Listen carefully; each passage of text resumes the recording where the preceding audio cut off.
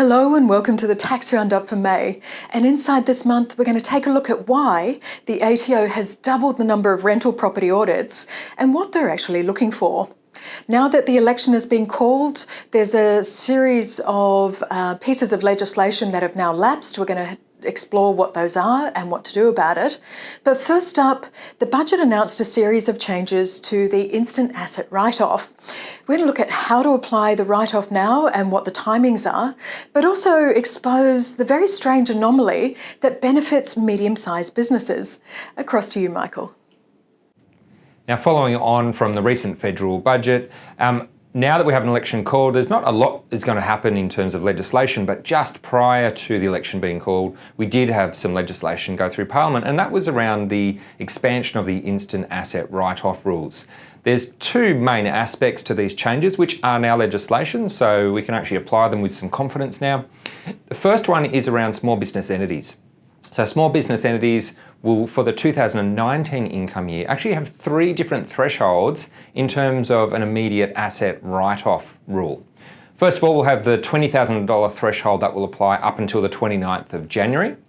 We'll then have a $25,000 threshold that applies from the 29th of January up until budget night, which was on the 2nd of April. And then from the 2nd of April onwards until 30 June 2020 at this stage, we will have a $30,000 threshold. So we've got a staggered increase in the threshold across the 19 year. We'll have a single $30,000 instant asset write-off threshold for the 20 year. But it means the 19 year will have some complexity to it. And for measures that are aimed at small business, this does seem unnecessarily complex, but it's what we've got. So we're just going to have to live with it. So we're going to have to be very careful around not only assets that qualify for these rules, the expenditure that has been, incurred in relation to those assets, because we're looking at typically cost of the asset, total cost of the asset by the end of the relevant income year where the asset has first been used. But we'll also have to pay very close attention to dates. For small business entities, the focus is on when are those assets first used. And we need to keep in mind when those changes occur to the thresholds and when assets are being used, just to see what threshold actually applies. Also bear in mind that for small business entities, those with turnover less than $10 million, there is a set of rules that allows you to write off your general pool balance once it falls below a certain threshold. Now that threshold has been increased to $30,000 as at 30 June 2019 as well. So it opens up some opportunities for more smaller businesses to write off their pool balances in the current income year and also for the following income year as well. So that's the first major set of changes around the instant asset write-off for small business entities. What the government has also done is increased or expanded the rules to encompass, what we could call medium-sized businesses. Those that are not small business entities because their turnover is $10 million or more, but which have an aggregated annual turnover of less than $50 million. Now for those entities, the immediate instant asset write-off rules with a $30,000 threshold will apply from budget night 2019. So from that time onwards, assets acquired from then on used in the business of these medium-sized businesses will also qualify for an immediate write-off up until the end of the 19 year and then also for the full 2020 income year as well. So we have those two major aspects. For small business entities, there's a change to the rules and there's some new rules for medium-sized businesses. Just one thing to point out for those of you dealing with those medium-sized businesses. There will actually be assets that qualify for an immediate deduction for those medium-sized businesses, which would not qualify for an immediate deduction in the hands of a small business entity. And that's because to use the instant asset write-off rules as a small business entity, you need to have chosen to use the simplified depreciation rules, and you need to work through some special exclusions from those rules. Certain assets don't qualify for the simplified depreciation rules. That includes things like horticultural plants. It includes things that might have previously been allocated to another pool in the depreciation system. But the main one that prevents the simplified depreciation rules from being available to small business entities is there's an exclusion for assets that are subject to a depreciating asset lease. So assets used in connection with a rental property typically wouldn't qualify for simplified depreciation rules. Now, oddly enough, those exclusions don't appear to apply to medium-sized businesses. So as long as that business falls within the turnover threshold and they are acquiring assets that are less than that $30,000 cost threshold, then an immediate deduction could apply.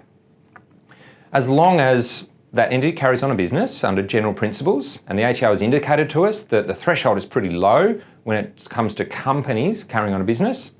But even assets that maybe are used to mainly earn rental income, it appears that they could actually qualify for these immediate write-off rules for a medium business, but not for a small business entity. So there's some odd features to the rules. I think we need to be very careful when we're looking at these rules for clients, particularly over the next year or two, just to make sure that we are picking up on some of those subtle differences which could have a pretty significant impact. So we've got some new rules. We should be discussing this with our business clients in terms of the opportunities that are available for this year and for next year as well, what needs to be done to qualify for that immediate deduction, and explaining, I guess, the good and the bad and the technicalities to some extent of the rules to clients to make sure that they're locking in the benefits. If you haven't booked your place to Knowledge Exchange on the Gold Coast, there's still a few spots available. The early bird runs out mid this month, so don't delay on that one. We've got a great lineup of speakers for this conference. It's on the Gold Coast between the 16th and 19th of June. We've got innovators, we've got entrepreneurs, we've got tax specialists, we've got superannuation specialists, and we're having a chat to the ATO as well about the role of the practitioner. So don't miss out on that one. But now across to Michael Carruthers, looking at those rental property orders by the ATO. Now, the ATO has come out and expressed some concerns about what it's seeing in the context of rental property deductions being claimed in tax returns. And as a result of this, the ATO has said that it will be doubling the number of audits it does where it's focusing on rental property deductions. So the ATO said that, I guess as background to this, that they did a random sample, or they took a random sample of tax returns which featured rental property claims and found mistakes in 9 out of 10 of those tax returns. As a result, the ATO has figured that this is an area that really needs some focus. So the ATO has said that they will be doubling, I guess, their audit activity in this area. Now, some of the common mistakes that the ATO has picked up on and that are just kind of pointing out to people, things like capital works being treated as deductible repairs, particularly things around initial repairs where you've bought a property and it's already got some problems with it. The money you spend on that typically is capital in nature and not deductible as repairs. Apportioning expenses when the property is being used partly for private purposes, like as a holiday home, and then partly being used as a rental property. Again, the ATO said they're seeing some odd apportionment being done in those cases. We've seen some recent changes to the way certain deduction rules apply to rental properties in recent years.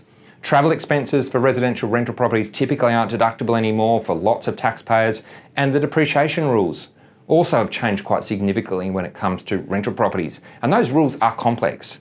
So it is really important that where we're helping rental property clients out, that we are actually paying attention and close attention to some of those recent changes. So clearly the ATO for the last year or so has been focusing on individuals and smaller business taxpayers.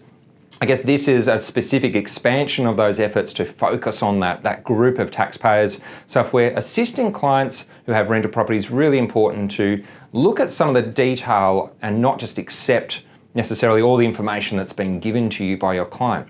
You may need to do a little bit of analysis around it and just to test whether what they're seeking to claim is consistent with legislation, court cases and ATO guidance in that area. One of the other things, just from a practical point of view, but which can make a huge difference when it comes to an ATO review or audit, is simply documentation. The ATO has said that in lots of cases, claims are failing because they're just not appropriately documented. So clients need to be encouraged to make sure that they're keeping appropriate records for the claims that they're seeking to make, because if the ATO comes along and undertakes an audit and the client doesn't have the sort of documentation that they really need, then it's quite likely the ATO is going to knock back at least some of the claims that are being made. So we need to focus on some of those recent changes to the rules, focus on documentation that clients might have and encourage them to improve the level of documentation that they're keeping, and be aware the ATO is looking at this area and there's a good chance that at least one of your clients is going to be subject to one of these audits. So be aware, make clients aware, and let's hope that our clients are able to get through that audit process unscathed. Now finally, looking at the implications of that lapsed legislation. Now, with the federal election being called, a number of bills that were before Parliament but which hadn't made it through Parliament have basically now lapsed and basically go back to the drawing board. Now, I'm just going to pick up on three of the key pieces of tax-related legislation and where they're up to and what's likely to happen. The first one is around the proposed changes to the main residence exemption for non-residents. Now, you might recall that the government had previously wanted to prevent non-residents from accessing the main residence exemption, regardless of citizenship, regardless of whether they'd been an Australian resident for most of the time, regardless of how long they'd actually lived in the property. And that was to be subject to a transitional period, which was due to expire on 30 June 2019. Now, that bill, the bill containing those proposed changes, as I said, has lapsed, and it really does remain to be seen what happens after the election. And it may depend to some extent on who wins the election, but it's one of those things we're just going to have to wait and see. We've had some kind of mixed but vague messages from the Coalition and also from the Labor Party in terms of what support they still have for changes in this area. So I don't think we can completely rule out that these rules will undergo some change. Hopefully, if there is change, it will not look like what the proposed changes looked like in the past. They were pretty arbitrary and a lot of people were opposed to the way that those changes were being carried out, even if they supported broadly the principle. Now, it does leave us a little bit in the dark in terms of no one has definitively ruled these changes out. But for the moment, there is no legislation, the bill has lapsed, and for the moment, the rules still apply. The exemption is still available for non-residents at this stage. But we're just going to have to wait and see what happens moving forward. The next one is what was the proposed super guarantee amnesty. It seemed pretty clear from early on that it wasn't probably going to get enough support to be actually legislated.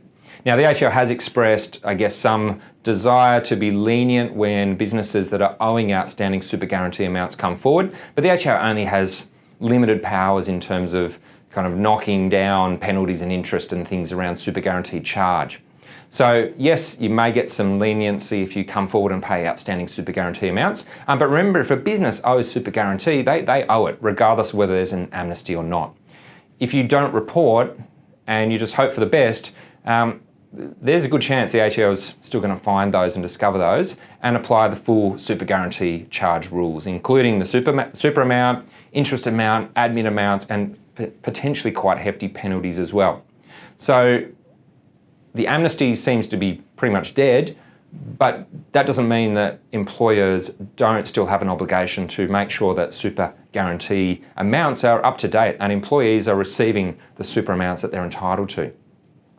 The third one that we'll just briefly look at is the possible expansion of the director penalty regime to GST liabilities. Now, at the moment, that regime covers PAYG withholding amounts and super guarantee amounts as well, and it makes directors personally liable for outstanding obligations owed by a company. Now, the government had proposed to expand that regime to include unpaid GST liabilities as well. And you can imagine that could encompass some pretty significant amounts in some cases. Now, the bill containing that change also lapsed. It didn't make it through Parliament prior to the election being called. I'd be really surprised if this doesn't happen at some point. Again, we're going to have to wait and see, but it does seem that that one probably will happen at some point. It's just a question of when, probably more than if. But again, it's not there at the moment. There is no longer any legislation dealing with it. We'll have to wait and see what happens when a newly formed government decides to proceed with their legislative program. So, a number of quite significant tax-related proposed changes have now lapsed. Back to the drawing board. We'll wait and see what happens following the election and where some of these things sit in terms of the order of priority for a new government. And that's the Tax Roundup for this month. Stay on top of our Twitter feed, Facebook and LinkedIn, and we'll keep you updated on the latest in tax, superannuation and business issues coming out of the federal election. Look out for those ones. But if you're not a member of Knowledge Shoppers yet, then give the team a call on 1800 800 232 and we can show you why keeping on top of change is more important than ever, and we can show you exactly how to do that. We look forward to speaking to you soon. See you next month.